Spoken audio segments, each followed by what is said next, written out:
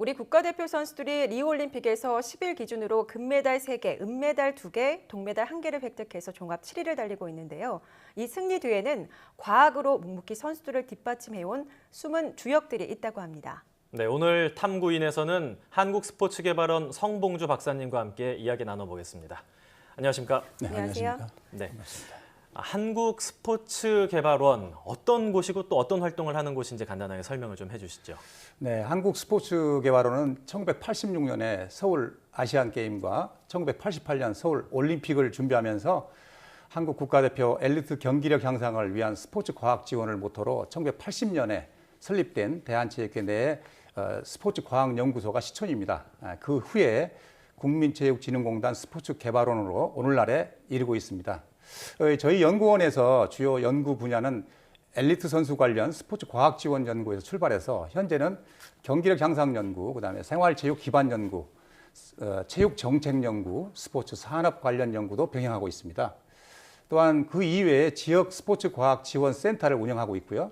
체육 영재 발굴 육성을 위한 체육 영재 재단도 지금 운영하고 있습니다. 이처럼 다양하고 전문적인 체육 관련 연구, 지원, 교육을 주요 업무로 하는 체육기관이고 또 올해가 마침 창립 36주년을 만든 해이기도 하고요. 세계적으로도 모범적인 사례로 꼽히는 국내 유일의 스포츠 전문 연구기관이라고 할 수가 있습니다. 그렇군요. 최근에 리우골드 프로젝트를 진행하고 있다고 들었는데요. 어떤 프로젝트인 건가요? 네, 그 리우골드 프로젝트는 저희 연구원에서 이번에 처음으로 시도해보는 사업이거든요. 예. 메달 가능성이 높거나 또한 집중 지원으로 메달 색깔이 바뀔 가능성이 큰 양궁, 사격, 유도, 태권도, 또 체조, 펜싱, 레슬링, 하키, 복싱, 요트, 배드민턴, 탁구, 핸드볼 등 약 13가지 종목을 선택을 해서요. 이 집중 지원 종목을 선정하였습니다. 이를 위해서 정부에서 한 7억 원 정도의 기금 예산을 지원받아서 체력 트레이너, 그다음에 상담 분석 전문가, 영상 분석 전문가 등을 채용해서 원래 이 종목을 담당하는 담당 연구원과 함께 이 보조 연구원들을 향해서 경기력 향상에 필요한 밀착 지원을 계속해 오고 있습니다. 훈련 현장이나 중요한 국내외 대회 파견에서 정보를 수집하고 있고요. 정밀 분석해서 과학 정보를 지속적으로 제공해 왔으며 특히 현장 지도자와의 교감을 통해서 국가대표 훈련과 시합에서 필요한 정보 내용들을 찾아서 지원해 왔습니다. 아무쪼록 이러한 스포츠 과학 지원이 이번 리우 올림픽에서 빛나기를 바랄 뿐입니다. 지금 리우 현장에 그 현장 지원단이 나가 있는 걸로 알고 있는데요. 지금 지원단 분들도 선수들만큼이나 긴장되고 되게 바쁠 것 같은데 정확하게 어떤 일들을 하고 있나요? 네, 이번 리우 올림픽에는 연구원 3명, 그다음에 보조 연구원 2명, 총 5명이 파견되어 있습니다. 하키협회와 핸드볼협회에서 지원을 해줘가지고 영상 분석과 GPS 분석 지원을 위해서 연구원과 보조원 3명을 파견했고요. 그다음에 양궁협회에서 지원해줘서 스포츠 심리 전문가가 한 명이 파견되어 있어서 지금 활동을 하고 있습니다. 8월 13일에는 태권도 담당 연구원 1명을 더 파견을 계획하고 있거든요. 리우에서의 주요 활동 내용들은 기존의 영상 분석 결과들을 이제 소개하고 또한 협의를 통해서 전술에 반영하고 또한 GPS 분석을 통해서 코치진에게 선수들의 생체 정보를 즉시 전달해주고 또한 선수들의 교체 타임이나 전술 구현에 도움이 되는 역할을 담당하고 있고요. 그다음에 양궁의 경우는 선수 개인별 루틴 프로그램의 활용을 위해서 밀착 지원을 계속해주고 양궁과 같이 급박하고 힘든 상황에서도 본인의 수행에 전념할 수 있는 팁을 제공해주고 있습니다. 또한 운동생리학 박사들은 태권도 선수들의 체력을 포함한 컨디션 조절 관리, 그다음에 정보 전달과 협의를 통해서 지도자들의 효율적 경기 운영에 도움을 주고 있습니다. 그렇군요. 또 GPS나 특수 카메라 등 각종 첨단 기기들도 동원되는 걸로 알고 있는데요. 어떤 기기들이 어떤 역할을 맡게 되는 건가요? 네, 지금 그 스포츠 과학 수준은 기기의 수준과 비례한다고 하듯이 GPS 같은 여러 가지 장비가 상당히 중요하거든요. GPS 카메라는 주로 인공위성의 정보를 이용해서 야외에서 주로 활용하는 측정 기기거든요.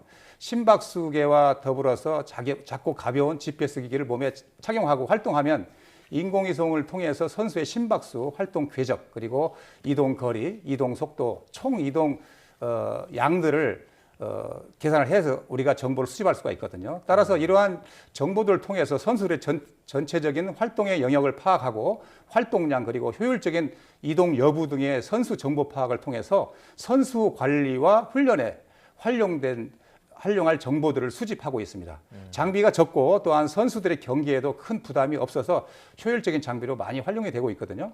체조나 육상 그리고 사격과 같이 빨리 이루어지는 그 동작들은 육안으로 그것을 정확히 확인하기가 순간적으로 어렵거든요. 이런 종목의 경우 초고속 카메라를 통해서 정확한 동작을 관찰하고 있고요. 그 이외에 첨단 장비들이 선수들의 운동 정보를 실시간으로 받아들여 가지고 효율적인 동작 수행과 그 후에 트레이닝이나 기술 동작 수정에 활용되고 있습니다.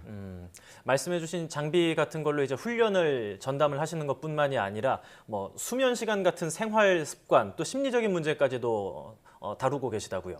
네, 그렇습니다. 지금 이제 리우 올림픽에 나가 있는 선수들이 가장 이제 중요한 것들은 심리적인 문제와 이제 컨디션 조절 문제가 상당히 중요하거든요.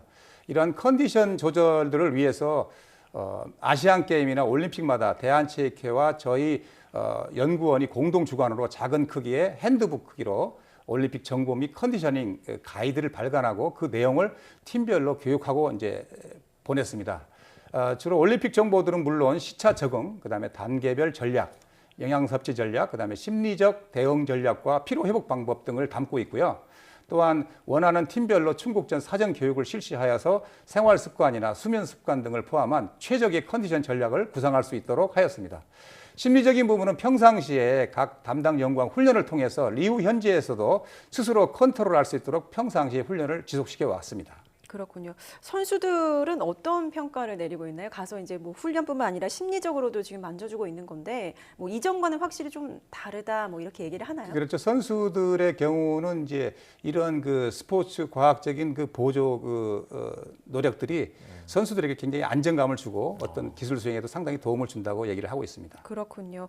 아무래도 또 종목별로 필요한 과학적 요소들이 좀 다르고 지원하는 부분도 다를 것 같거든요. 어떤 차이점이 있습니까? 네, 아주 종목별로 필요한 요구도 다르고 또 종목에서 요구되는 또한 스포츠 과학적인 지원량도 다르거든요. 체조와 같은 경우는 동작 분석이 중요한 요소입니다. 그렇기 때문에 초고속 카메라를 이용을 해서 동작을 천천히 볼 수 있고 명확히 볼 수 있어 장단점을 제시해주는 방향으로 지원을 하고 있습니다.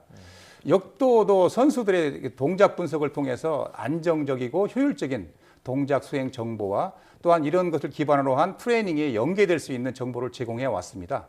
이 펜싱의 경우는 스텝과 소근육을 키우는 것을 상당히 중요시하게 생각을 해서 기술 수행에 도움이 되는 스텝 훈련 프로그램과 소근육 강화 훈련 프로그램 등을 제공해 와서 이런 것들이 실질적인 경기 운영에 도움이 되어 왔습니다. 유도의 경우도 현장에서 밀착해서 훈련 프로그램 개발 그리고 지원과 경기 분석 자료 이것은 이제 국제 대회나 주요 대회죠. 그 정보 제공과 더불어서 심리 및 동작 분석 자료들도 제공해 오고 있거든요. 또한 사격과 양궁의 경우는 극도의 긴장감과 스트레스를 잘 조절해야만 하는 환경이 필요해서 심리 전공자들이 이 종목을 담당하고 있고요. 그다음에 필드 하키와 여자 핸드볼 선수의 시합과 경기 시에는 영상 분석과 GPS 분석을 통해서 선수들의 실시간 이동 궤적, 거리, 방향 등의 정보, 심박수 정보들을 파악을 해서 적절한 선수 교체 시기 결정과 또한 작전 지시에 필요한 정보들을 적절히 활용해 오고 있습니다.